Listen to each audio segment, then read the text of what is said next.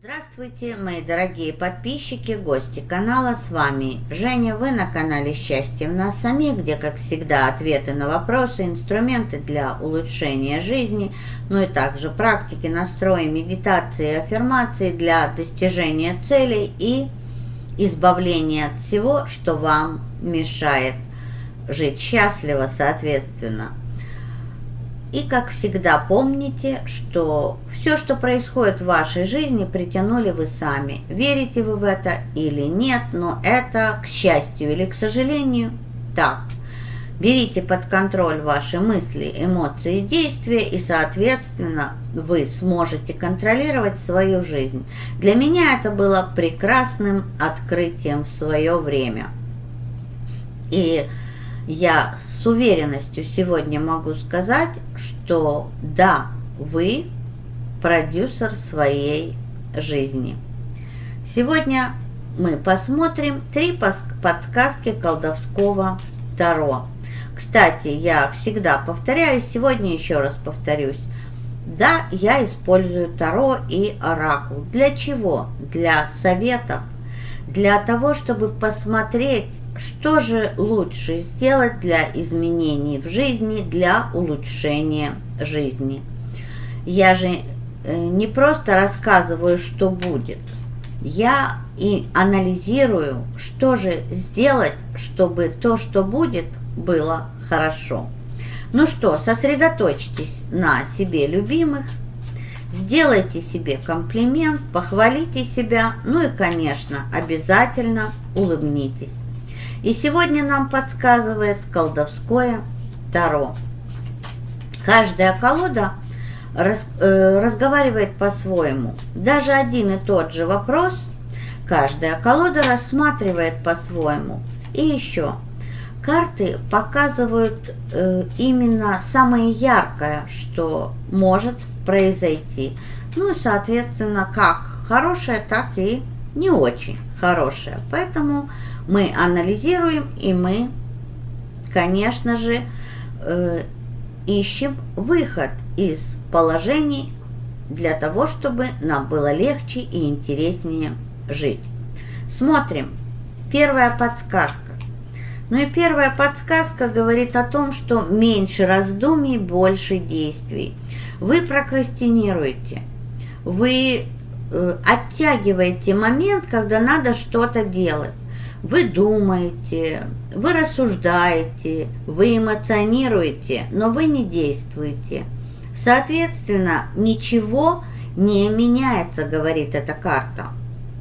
И только вы можете выйти из этого лабиринта прокрастинирования и начать действовать и, соответственно, что-то менять в своей жизни.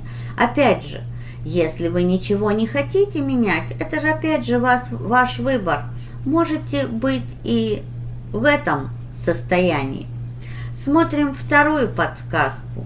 Вторая подсказка – ревность, раздражение, злость никогда не принесет вам ничего хорошего. Мы все люди, давайте так. Мы не можем быть без эмоций, мы не можем быть без реакций, мы не компьютеры. И даже у компьютеров бывает сбой, и их надо рестартовать. Так что уже говорить о нас, о людях. Но о чем говорит эта карта? Эта карта говорит о том, что если такие эмоции, чувства приходят, нельзя, конечно, это невозможно тут же себя обрезать и идти и улыбаться. Нет. В таких ситуациях, когда я понимаю, что я не могу совладать со своими эмоциями, и мы сейчас говорим именно об негативных эмоциях, я уже сказала о каких, я всегда говорю себе, знаешь что, моя дорогая, злись там, ревну. Кстати, ревность, вот это самое последнее, что вы можете сделать. Ведь дело в том, что когда вы ревнуете, это значит, вы не доверяете. Если вы не доверяете, значит человек, которого вы ревнуете и которому вы не доверяете, на энергетическом уровне чувствует это. И что получается? Вы и притягиваете к себе еще больше причин для ревности и недоверия. Это очень вредит отношениям. Помните об этом. Прежде всего, для того, чтобы не было ревности и претензий к человеку, любите себя, уважайте себя и наполняйтесь уверенностью в себе. Тогда вам даже в голову не придет ревновать. Вот это действительно так. Помните об этом. Ну, это я уже сказала про отношения. Так вот, эмоции по этой карте, это же негативные эмоции, дайте себе на них время. Не знаю, побейте подушку, побейте грушу, покричите. Вы знаете, что очень хороший инструмент, чтобы избавляться от всех этих чувств, это выйти куда-то, где никого нет, пустырь, природа, не знаю, куда у каждого из вас вы живете в определенной местности. Вот у меня, я могу поехать, у меня буквально 10 минут от меня лес с тропинками, и вот могу уйти куда-то, где меня никто не слышит, и поорать. Вы не представляете, как это освобождает от этих чувств, от этих эмоций.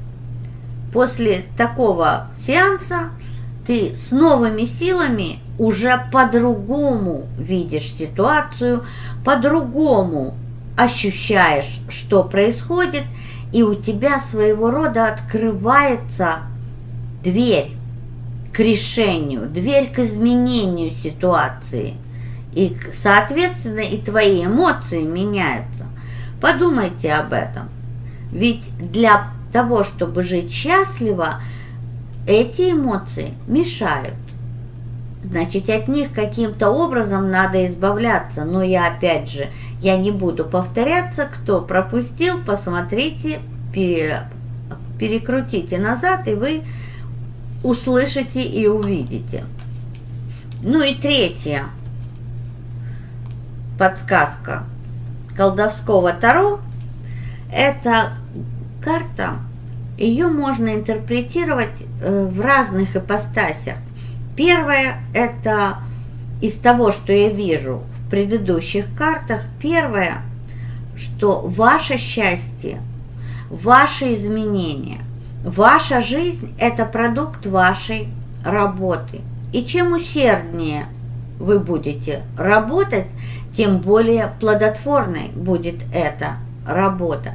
Но еще одна подсказка – это уже для сферы работы, карьеры и бизнеса.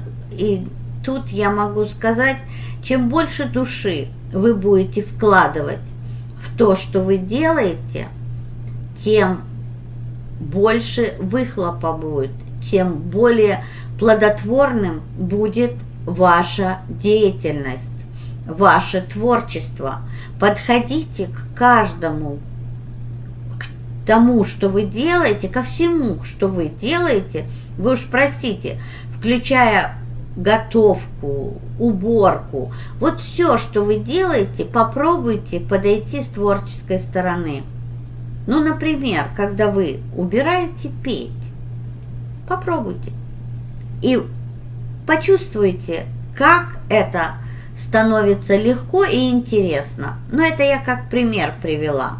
Поэтому творчество, подходите к жизни как к творчеству, и она будет без вот таких карт. Люблю вас, мои дорогие.